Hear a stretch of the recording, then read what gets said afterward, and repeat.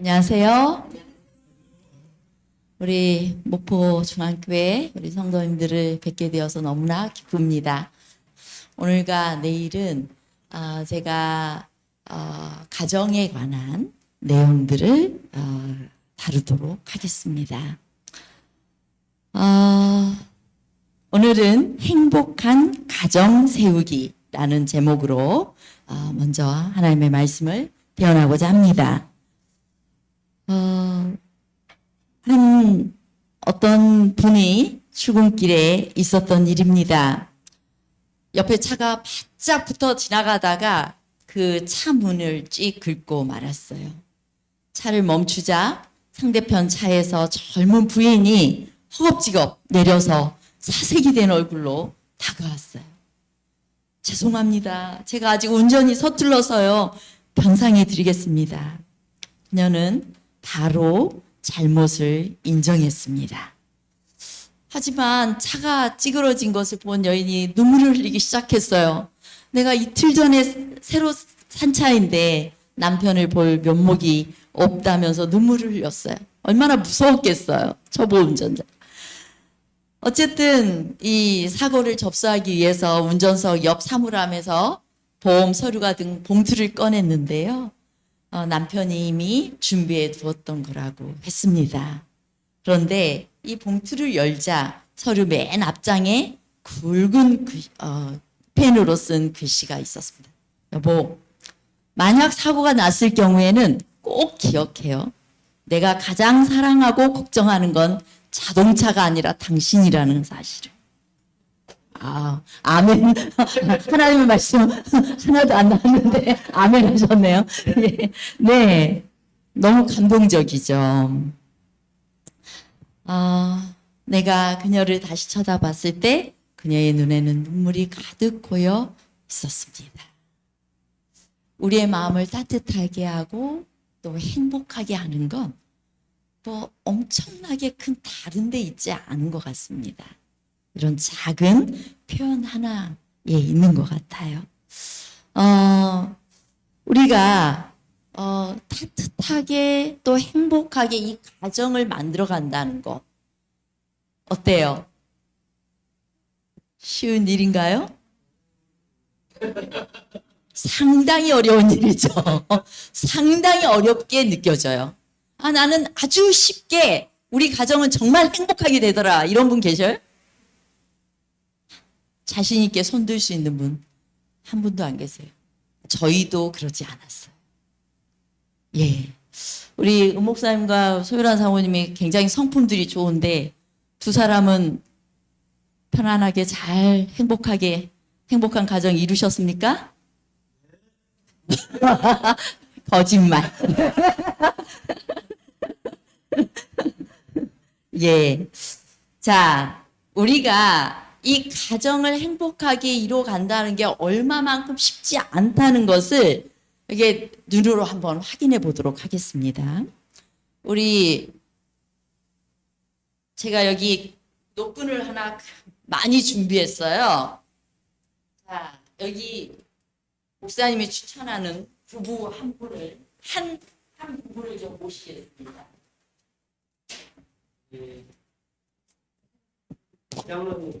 네, 두 분 나와주시기 바랍니다. 아니, 아무것도 안 하셔도 돼요. 서 계시면 돼요. 서 계시면. 그냥. 네? 서 계시면 돼요.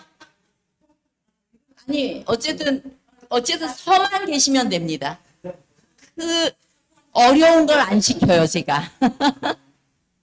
자, 우리 두 분이 이렇게 결혼을 하게 돼서 두 분이 이렇게 관계의 끈이 연결됐어요. 부부라는. 너무 가까이 계셔요. 자, 이렇게 막 잡고 계시면 됩니다. 슬아의 자제분이 어떻게 되십니까?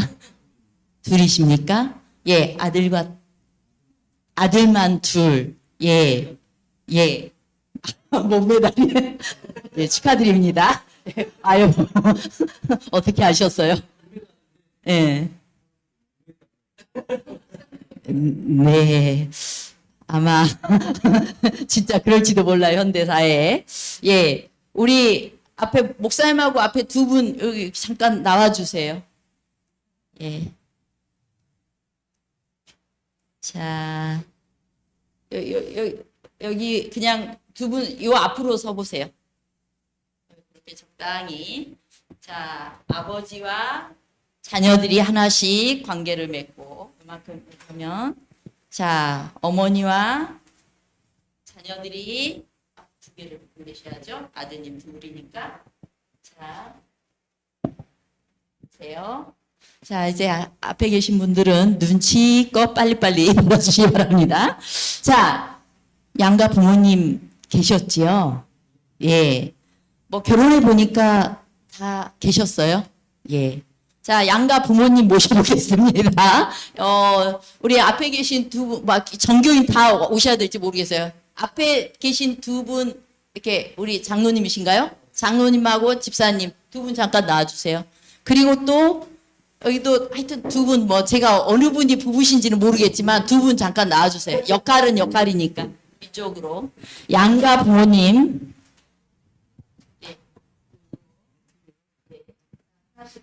이쪽으로 오셔요. 두 분은.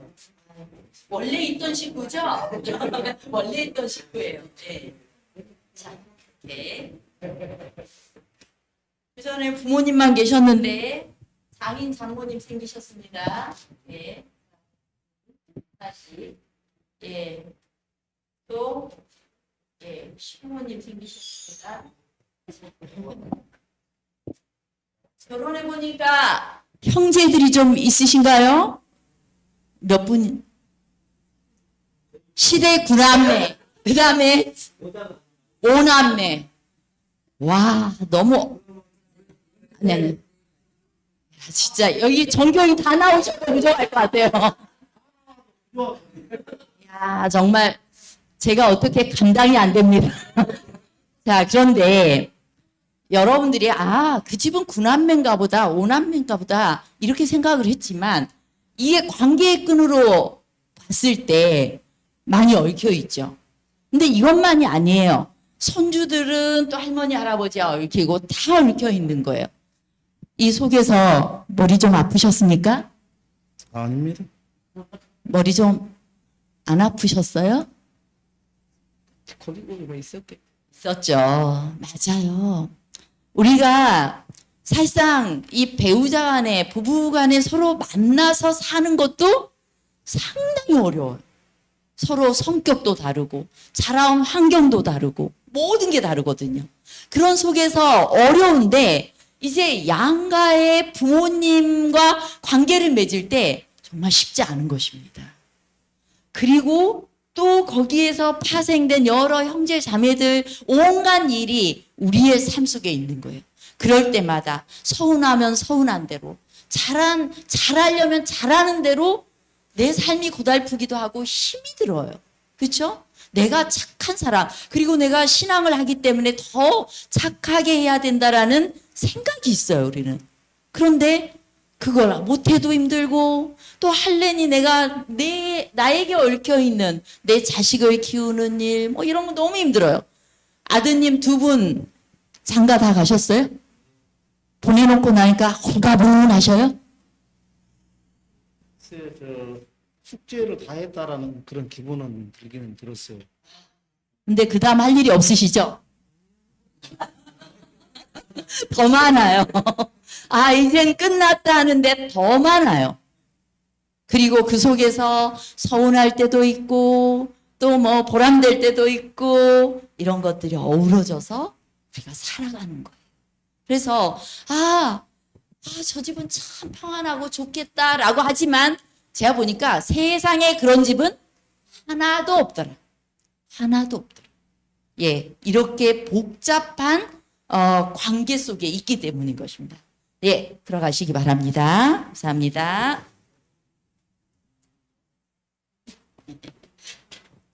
예, 그냥 드시면.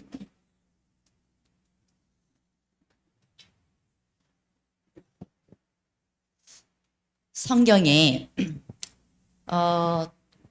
우리 예수님께서 한 그 천국이라는 것, 천국은 밭에 감추인 보화와 같으니 그 보화를 꺼내기 위해서는 뭐 해야 된다고 했어요? 자기의 모든 소유를 다 팔아서 그 밭을 사는 거라고. 그것이 천국이라고 이야기를 했어요.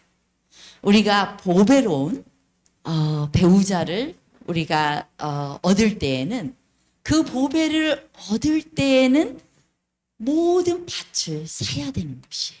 그가 자라온 환경, 그의 모든 조건, 그리고 그의 부모님, 그가 가지고 있는 모든 것을 우리가 안고 가야 되는 거예요. 그래서 저희 남편이 제가 이제 전에 연합회에서 오랫동안 가정사역, 가정세미나 뭐 이렇게 많이 했거든요.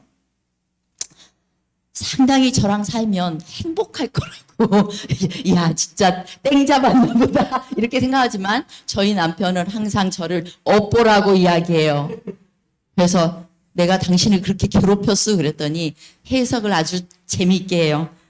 업고 가야 될 보배라고 합니다. 업고 가야 될 보배. 부녀지책으로. 예. 우리가 서로 업보에 업보. 업고 가야 될 보배예요. 그래서 그럼에도 불구하고 함께 가는 것입니다. 결혼이라는 건 바로 그런 것들이에요. 결혼이라는 것은 그래서 우리가 그리스도를 믿음으로 모든 것들을 다 안는 것과 같이 결혼은 밭을 사는 거예요. 그래서 포용의 정신, 헌신의 정신을 갖지 않으면 결혼 생활을 영위해 갈 수가 없는 것입니다. 누가 나를 공주띠처럼 내가 결혼 전에는 나를 뭐 쫓아다니던 남자들이 있어서 그리고 나 없으면 죽겠다는 그 남자가 평생 나를 어떻게 할 줄 알아요? 공주처럼 대할 줄 알아. 그러나 바로 얼마 안 있으면 그 생각이 깨어지죠. 그런 사람 없어요. 또 뭐 내가 결혼할 때 이 여자는 막 다소곳하고 여성스럽고 현모양처 같아서 내가 뭐 어떻게만 하면은 싹 뭘 맛있게 대접하고 말은 부드럽게 하고 이럴 것 같지만 절대 그러지 않아요. 예. 그래서 그런 사람들을 우리가 만나서 살아가는 동안에 서로 이렇게 포용하면서 살도록 하신 거예요. 하나님께서는 이 서로 같이 만나서 삶을 통해서 하나님을 더 많이 배워가도록 의도하시고 계획하신 것입니다. 우리가 에덴에서부터 두 사람이 함께해서 우리 한 사람이 한 몸이 되었다라고 말하고 있는데 그것은 내일 이야기하려고 해요. 그것이 어떤 의미를 가지고 있는지. 그런데 우리가 어쨌든 간에 서로 포용하면서 살아가는 거예요. 부조와 선지자에 이렇게 말씀하십니다. 하나님께서 최초의 결혼을 주례하셨다. 그러므로 이 제도의 창시자는 우주의 창조주이시다. 혼인은 귀하다. 이것은 하나님께서 사람에게 주신 최초의 선물들 중에 하나였으며 타락 후에 아담이 낙원문들 저편에서 가져온 두 제도 중에 하나이다. 이러한 관계에 있어서 하나님의 원칙을 인정하고 순종할 때 결혼은 축복이 된다. 그것은 인류의 순결과 행복을 수호하며 사람의 사회적 필요를 채워주며 육체적, 지적, 도덕적 본성을 향상시킨다. 결혼을 통해서 인류의 순결을 지키고 행복을 수호하고 또 사회적인 필요를 채워주고 육체적, 지적, 도덕적, 전인적으로 우리의 본성을 향상시켜주는 것이 혼인이라고 했고 하나님께서 그걸 의도하신 것입니다. 그렇다면 이 목적이 우리의 가족관계 속에서 이루어지도록 그렇게 헌신할 필요가 있겠고 그러나 사단은 계속해서 이 부분에 하나님의 목적이 이루어지지 않게 하기 위해서 애쓸 것입니다. 그러면 우리가 행복한 하나님이 목적하신 대로 행복한 결혼 생활 또 행복한 가정을 세워나가기 위해서는 하나님께서 본래 우리에게 가르쳐 주신 가정의 원리, 결혼의 원리에 충실할 필요가 있는 거예요. 어떤 물건을 수리하기 위해서는 누구에게 그 물건을 맡겨야 돼요? 전문가, 기술자에게 그것을 맡겨야 돼요. 하나님께서 이 결혼 제도를 세우셨기 때문에 우리가 행복한 가정을 만들기 위해서는 하나님께 맡겨야 돼. 하나님께 가야 돼요. 남편이건 아내건 부모건 자식이건 하나님께로 가야 되는 것입니다. 자, 그러면 하나님께서 우리에게 행복하게 살 수 있는 모든 답을 창세기 2장에서 이미 알려주셨어요. 우리 다 같이 2장 24절부터 25절 읽어보겠습니다. 시작. 그러므로 남자가 부모를 떠나 그 아내와 이한 몸을 이루자. 아담과 그의 두 사람이 벌거벗었으나 부끄러워 아니니라. 자, 여기에는 행복하게 살 수 있는 네 가지 원리가 기록되어 있습니다. 그 첫 번째는 뭘까요? 제가 빨간 글씨인데 부모를 떠나라고 했어요. 남자가 부모를 떠나. 한국 유교 사상에 젖어 있던 분이 하나님을 알게 되면 충돌하는 부분이에요. 여자들은 시집을 가서 그 집안에 귀신이 되고 뼈를 묻으라고 하잖아요. 너는 이제 무슨 씨 가문에 왔다라고 하잖아요. 그런데 성경에 뭐라고 되어 있어요? 남자가 부모를 떠나 이렇게 되어 있어요. 그럼 여자는 부모를 안 떠나도 될까요? 너무 당연한 이야기는 기록 안 되어 있어요. 예. 그래서 남자든 여자든 부모를 떠나는 것이 첫 번째 행복하게 살 수 있는 최고의 길이에요. 그렇다면 내가 부모일 때 내 자식을 어떻게 하는 거예요? 떠나 보내야 되는 것입니다. 저는 그래서 부모 교육을 할 때에도 부모 교육 제일 좋은 그 성공적인 부모는 이 아이를 잘 떠나보낸 사람. 아주 이 세상에 유익이 될 만한 그리고 자기 자신을 책임질 수 있을 만하게 아이를 잘 성장시켜서 떠나보내면 그것이 부모로서의 역할을 제일 잘하는 것입니다. 그런데 그 부모 그 자식 뒤치다거리하고 또 뭐 이 아이가 말하기도 전부터 막 다가가서 뭔가를 해주려고 하고 결혼을 했는데 그렇게 하는 건 바람직하지 않아요. 이건 성경적이에요. 그러지 않아야 되는 것입니다. 우리가 자식을 한 분만 더 목사님 또 추천해 주세요. 한 부부. 예. 예. 수석 장로님 부부 앞으로 나와 주시기 바랍니다. 제가 보시다시피 어려운 거 안 시켜요. 예.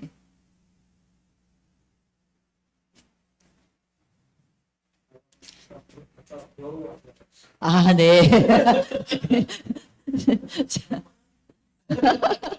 자, 자녀가 몇 분이세요?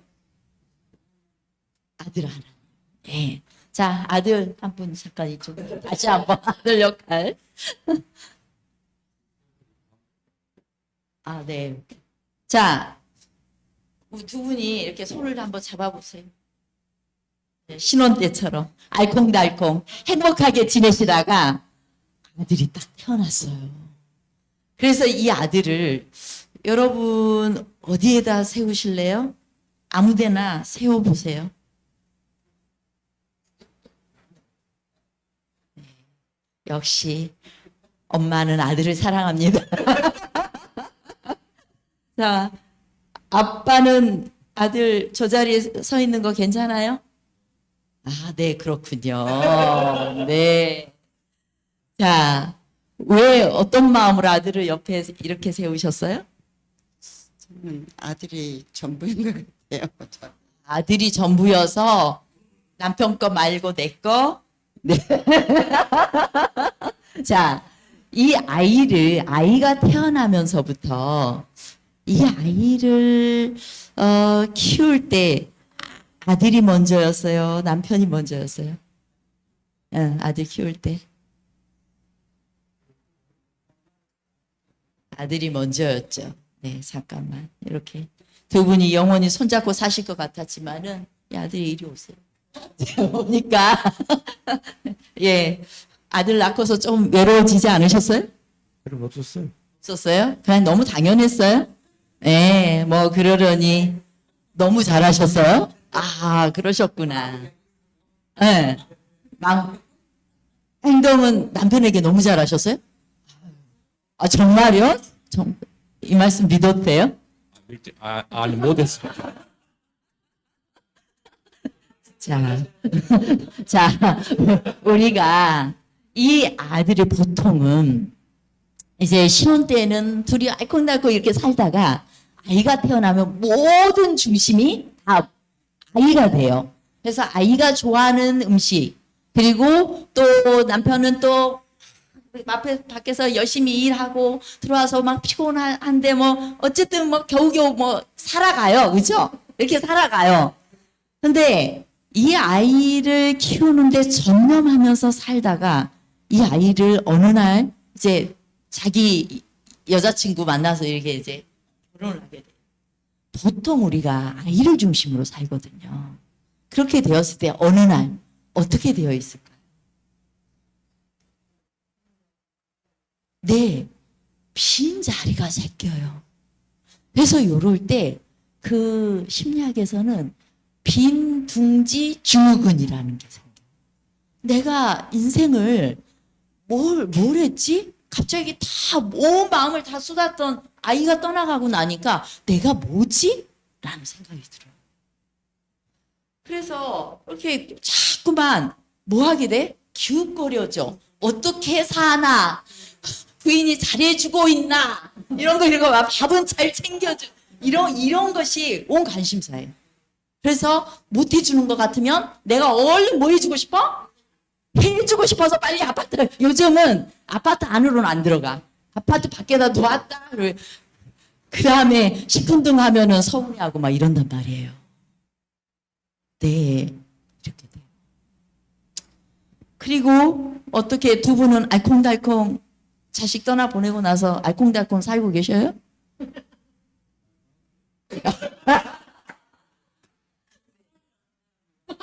네, 네, 예, 그런가요? 네, 그래요. 관심 없으면 싸우지도 않아요. 그런데 우리가 결혼 생활 내내 이렇게 떠나가도 별 문제 없이 살 수 있는 방법이 혹시 있을까요? 자, 성경이 남자가 부모를 떠나 이 말 속에는 우리가 깊이 생각해 봐야 될 부분이 있어요. 부모를 떠나. 그러면 아이를 떠나 보내는 게 우리의 목표가 되어야 된다고 했잖아요. 그러면 자식을 키울 때 어떻게 키우는 게 가장 좋냐면 두 분이 이렇게 신혼 때만 손잡는 것이 아니라 결혼 생활 내내 함께 손잡고 있어야 돼요. 부부가 서로에게 우선순위가 되어야 돼요. 이 아이는 어디에다 두어야 될 거예요? 아이 잠깐 이리 오세요. 요 앞으로. 자, 이렇게 손을 두 분 다 얹어보세요. 남편과 아내가 이 아이를 위해서 최선을 다해 할 역할이 있어요. 아버지의 역할, 또 엄마의 역할이 있어요. 충분히 두 분 이 아버지상, 또 어머니상, 이 모습을 보면서 하나님을 배우게 되는 거예요. 아이는 부모를 통해 하나님을 보게 됩니다. 하나님을 대신한 자리가 부모의 자리예요. 그래서 이 아이에게 기도하면서 언제든지 내가 너를 믿는다. 또 선택권을 주면서. 그래서 우리가 부모 교육 공부해야 되는 거예요. 저는 제가 꽤 괜찮은 사람인 줄 알았어요. 그런데 제가 이런 공부를 하고 또 부모 교육을 하고 하면서 내가 그렇게 건강한 어떤 부모상을 갖고 있지는 않다는 걸 알게 되었어요. 저랑 저희 남편이 당신은 아이 태어나면 어떤 부모 될 거야? 그러니까 엄격한 부모가 되겠대요. 저도 엄격한 부모가 되겠다고 했어요. 우리 아이는 태어나면 죽을 운명이었어요.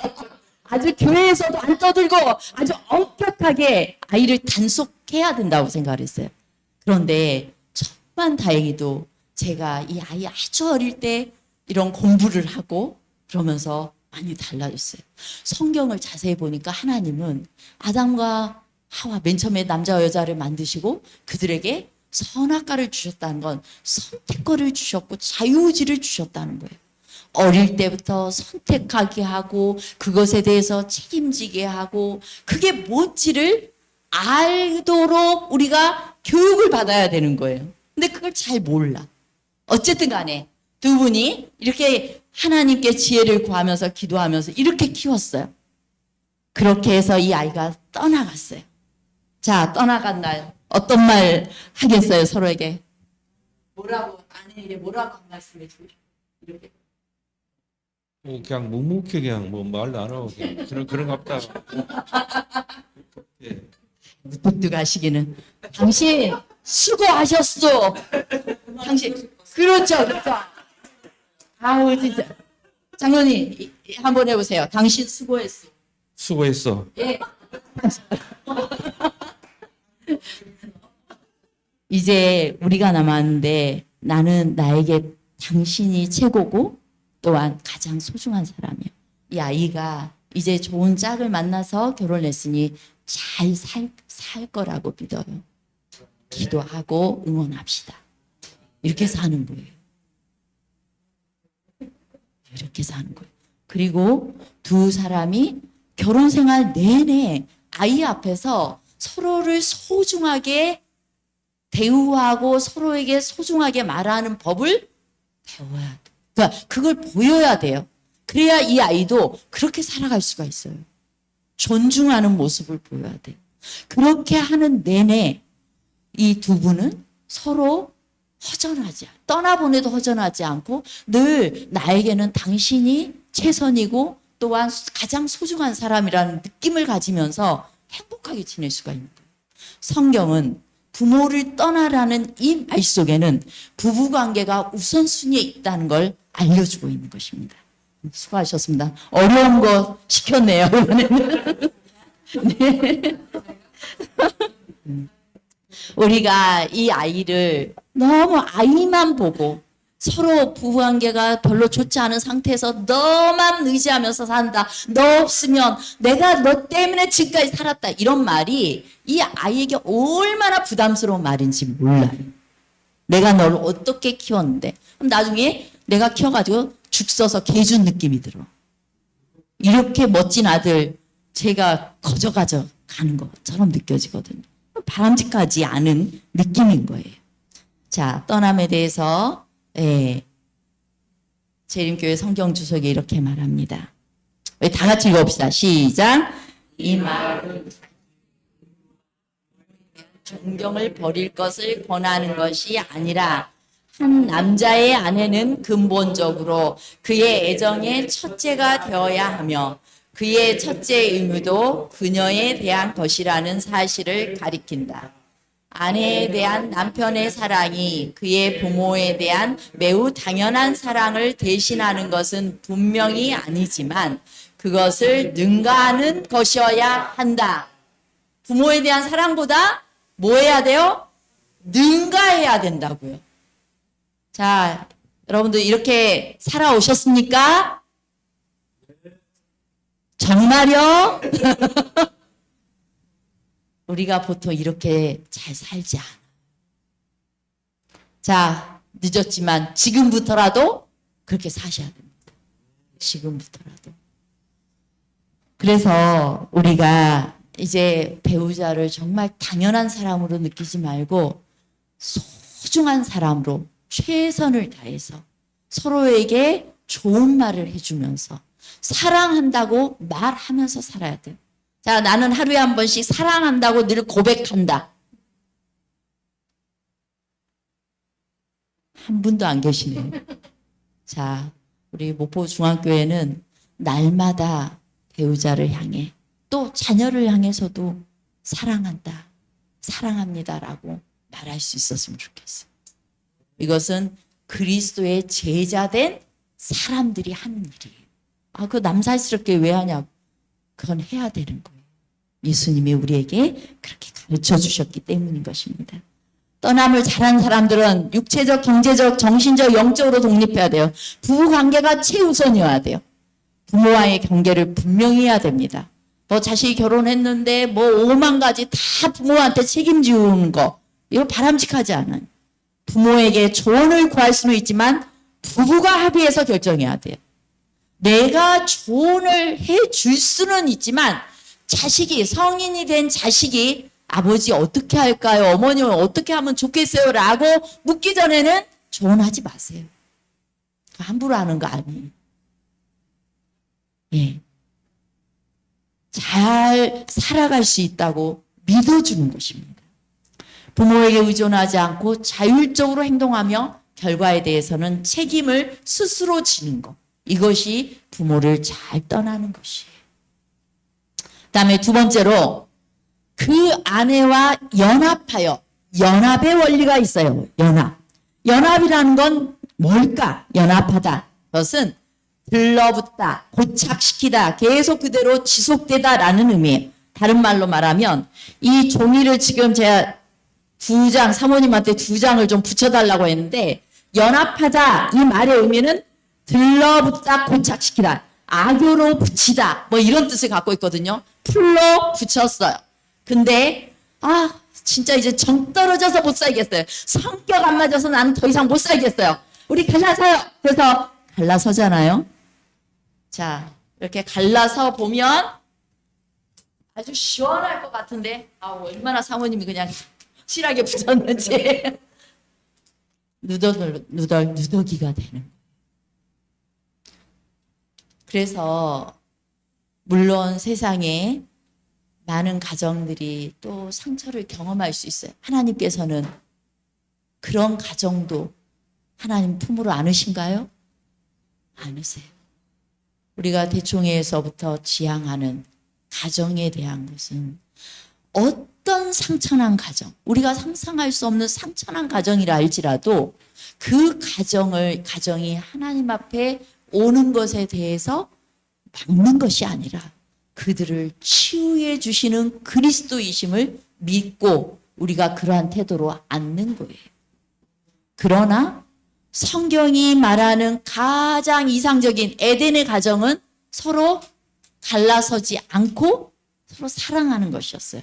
연합하는 것이었어요. 이렇게 서로 붙었던 것을 떼어놓으려고 하면 엄청난 상처가 있는 거예요.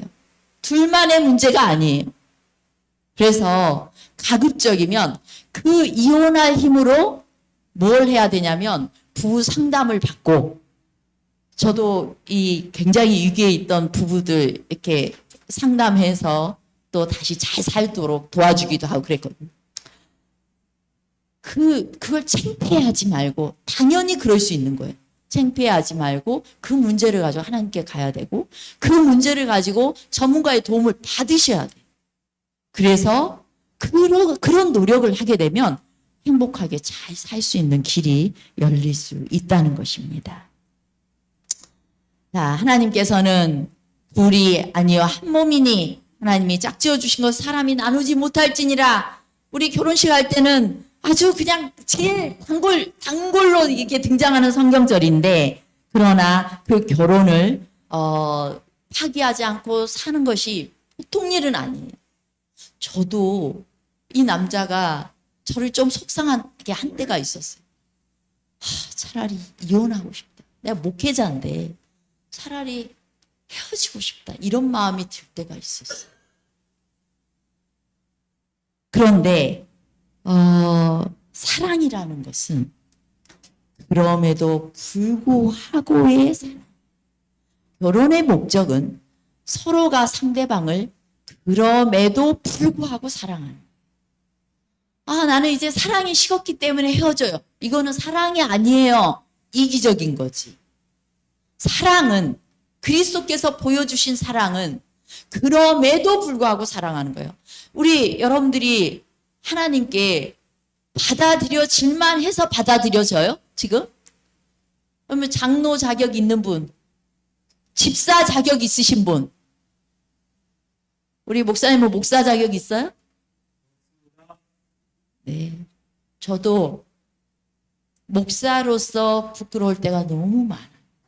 그런데 아직도 그 직분을 유지시켜 주시는 하나님께 너무 죄스럽고 고통스러울 때가 있는데, 그럼에도 불구하고 나를 안아주시고 받아주시는 하나님을 믿어요.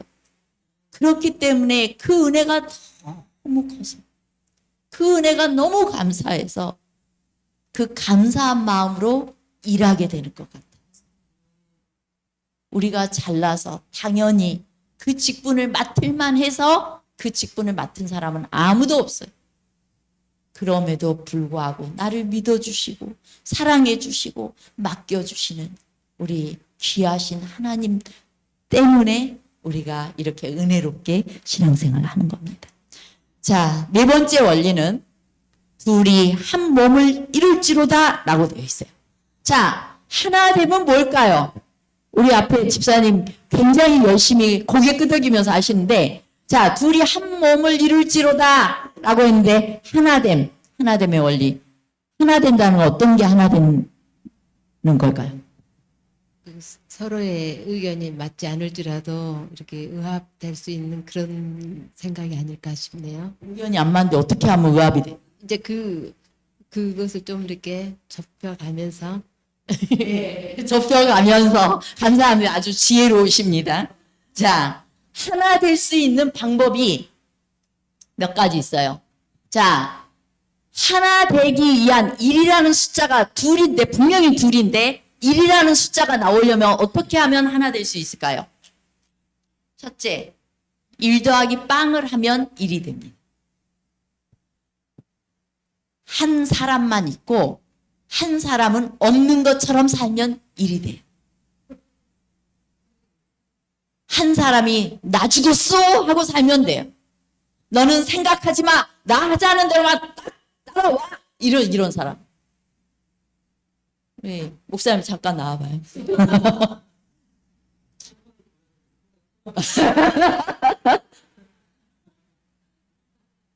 걱정 마. 내가 책임질게. 그리고 나만 따라와. 이렇게 가는 거예요. 이 사람의 보폭이 어떤지 하나도 생각 않고 뭐 말하려면 조용.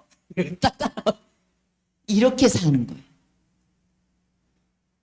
이런 사람은 누가 행복하지 않을까요? 끌려가는 사람은 죽을 맛이고요. 죽고 싶고요. 자기 존재감이 없어지는 거예요. 이것은 하나님께 큰 죄를 짓는 겁니다. 왜냐하면 하나님께서 한 사람 한 사람을 소중히 여기시고 그를 귀하게 여기시고 그를 부르셨어요. 근데 그 귀하게 여기시는, 하나님이 귀하게 여기시는 그 존재를 완전히 밟아버리는 거예요. 결혼이라는 걸 통해서. 이건 큰 죄를 짓는 거예요. 그런데 이렇게 하나됨이 있어요. 자, 한 명, 우리 사모님 또 나와봐요.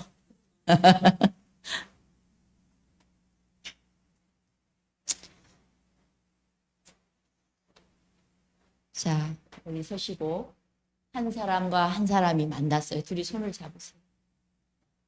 근데 신혼 때만 잠깐 다정하고 나중에 살다 보면 없는 척하고 싫은 이렇게 사실상은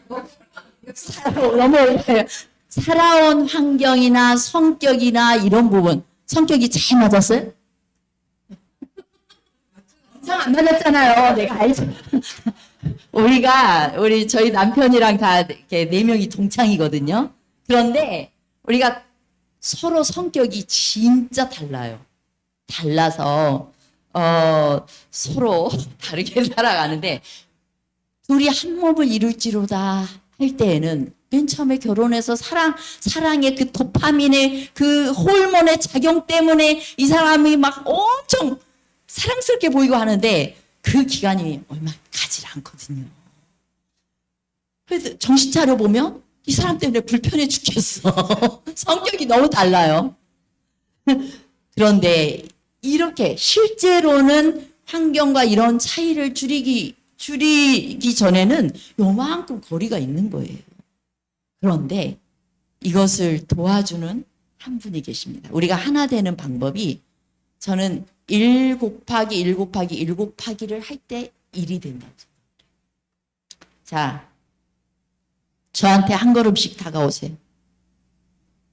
또 한 걸음, 또 한 걸음. 이렇게 하나님이 계획하신 것은 이런 하나됨. 여기에 우리는 어떤 가치를 두고 나아가는 부부들도 있는데 성경이 기록한 하나됨은 하나님을 중심으로 한 하나됨. 하나님이 우리의 가정에 계실 때 우리가 서로 하나님을 향해 나아가면서 하나님께 사랑이라는 걸 배우는 거예요. 우리는 서로에게 사랑이라는 게 없어요. 사랑하는 법을 몰라요. 원래 태생이 이기적이에요. 누구의 자식으로 태어나서? 마귀의 자식으로 태어나서. 죄를 지은 다음에 마귀의 자식으로 태어났어요. 우리가 하나님을 알게 되면서 하나님께 사랑을 배우면서 같이 함께 가는 거예요. 하나님 안에서 하나 될 수 있는 것입니다. 들어가시기 바랍니다. 그래서 에베소서에 보면은 남편들도 자기 아내 사랑하기를 제 몸같이 하라는 말씀이 있어요. 또 내 이웃을 내 몸처럼 사랑하라고 이야기해요. 그것은 자기를 이 말에는 자기 사랑하기부터 잘 배우라는 거예요. 하나님이 나를 어떻게 사랑하셨는지 자기를 용서하는 용서를 받아본 사람이 용서도 할 줄 알아요. 용서를 하나님 앞에서 경험한 사람만이 누군가를 용서할 수가 있어요. 제가 누군가를 상당히 싫어했던 친구가 있었어요. 근데 제가 명색이 목회자가 될 사람이었는데 미워하면 되겠어요. 그래서 제가 매일 기도했어요. 하나님, 그 친구를 미워하지 않게 해주세요. 제 마음을 도와주시옵소서 하면서, 그리고 의도적으로 노력해서 그 친구를 위해 선물도 주고 뭣도 하고 겉으로 하나도 표를 안 냈어요. 이 정도 하면 괜찮은 그리스도인이에요? 괜찮은 그리스도인이죠. 그래서 전 제가 잘하는 줄 알았어요. 근데 나중에 제가 깨지는 사건이 있었어요. 제가 어떤 일로 막 오해가 일어나고 뭐 이랬을 때, 그때 나 별로 잘못한 것도 같지 않은데 그 친구가 오해하고 뭐 이런 거 보니까 나는 문제가 하나도 없겠니까. 그런데 제가 어느 날 어쨌든 그 관계가 너무 고통스러워서 하나님께 기도하는데 갑자기 하나님의 십자가가, 그리스도의 십자가가 내 눈앞에 보이면서 나는 너를 위해 모든 것을 주었는데 너는 그를 위해서 무엇을 주었는가? 이런 음성이 들린다. 그동안은 제가 걔를 위해서 기도도 해주고 걔를 위해서 선물도 해주고 다 한 것 같다는 생각이 들었었는데 그 순간 내가 그를 위해서 아무것도 안 했다는 걸 깨닫게 된 거예요. 진심을 다해서 하지 않았어요. 나 이뤄봤자고 한 거였던 거예요. 제가 그날 펑펑 울었습니다. 울고 그 다음에는 그 친구 앞에서 겸손해졌어요. 그 친구가 자기 자랑을 해도 그전에는 고가워가지고 내가 한마디 탁 해줬는데 말하지 않았어요. 진심으로 받아. 그래서 잘했네. 지지해줘. 그거는 그리스도께서 나에게 임할 때만 가능한 일이었어요. 그런 다음에 오랜 세월이 흘러서 그 친구가 자기 고민도 나한테 이야기할 만큼 됐어요. 그걸 굳이 뭘 어떻게 뭐 가서 뭐 인위적으로 뭘 안 했어도 그냥 내가 진심을 다해서 그를 위해 기도하고 그 다음에 조용히 그가 나보다 낫다라는 생각을 가지고 했을 때 그때 문제가 해결이 됐어요. 바로 주님께서 그 능력을 주신 것입니다. 바로 부부 관계에도 마찬가지예요. 그렇게 살아가는 것이에요. 하나됨은 배우자의 연약한 부분을 수용하고 또 서로에게 개방적이고 힘을 실어주고 서로를 배려하는 거예요. 마지막으로 개방성의 원리. 벌거벗었지만 부끄러워 아니하니라. 벌거벗었지만 부끄러워 아니한다는 것은 이런 거예요. 아이가 이제 밖에서 다쳤어. 이제 남편은 출근했고 아이가 다쳤다. 이거 어떡하지? 남편 오면 또 나한테 뭐라 하겠네. 싹 감추고 싶어. 이러면은 서로 개방이 되어 있는 게 아니에요. 자, 내가 막 이렇게 당신 왜 그랬어? 당신이 잘못했잖아. 당신 뭐 하려고 그랬어? 이러면서 온종일 뭐 하는 애도 안 보고 이렇게 한다면 또 그렇게 이런다면 이 사람 앞에서는 뭐 하고 싶겠어요? 얼른 감추고 싶어요. 그런데 그러지 않고 괜찮아요. 아유, 얼마나 놀랬어.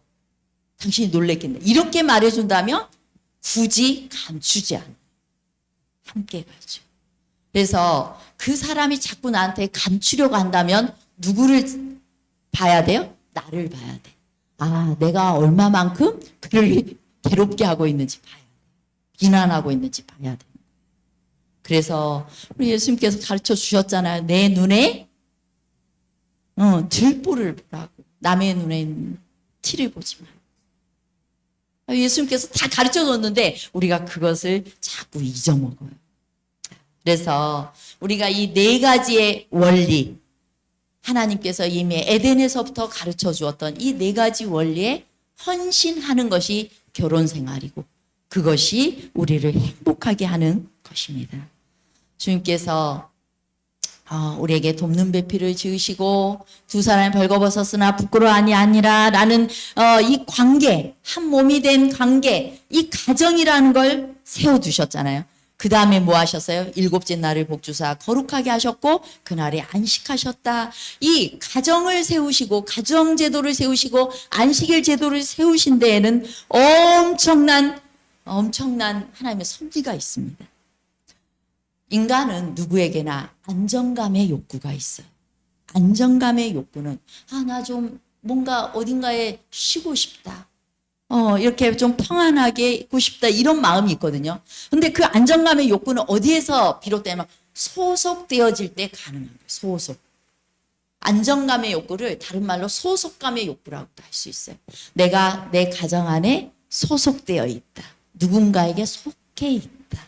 여러분들이 결혼을 하면 안정감이 꽤 들잖아요.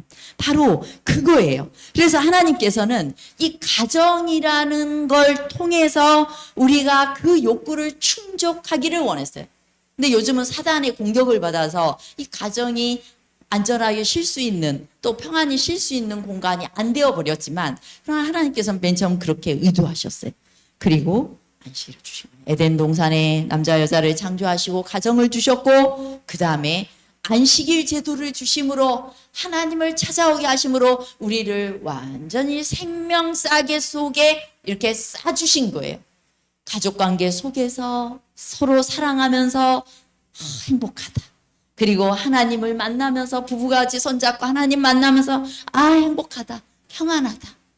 이러한 하나님께서 축복을 해주신 겁니다. 근데 이것들이 많이 깨어졌어요. 안식일 제도도 깨어지고 가족 제도도 깨어지고 정말 사단이 이 모든 것들을 공격한 거예요. 이 두 가지를 많이 공격하거든요. 그래서 예수님께서 이 땅에 오셔서 수고하고 무거운 짐진 자들아 다 내게로 오라. 내가 너희를 쉬게 하리라.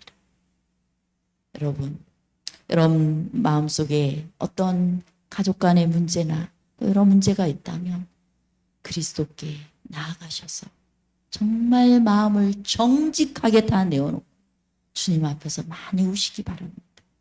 그리고 서로를 사랑할 수 있는 방법이 무엇인지 내가 원래 그런 걸 본 적도 없고 들은 적도 없고 어떻게 해야 될지 모르신다면 우리 예수님께서 나를 어떻게 사랑하셨는지 많이 묵상하시기 바랍니다.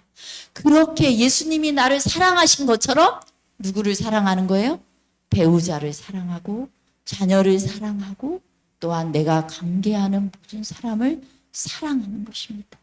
우리가 그러한 사랑을 예수님께 배우고 행복한 가정 또 행복한 삶이 되시기를 간절히 바라면서 말씀 마치겠습니다.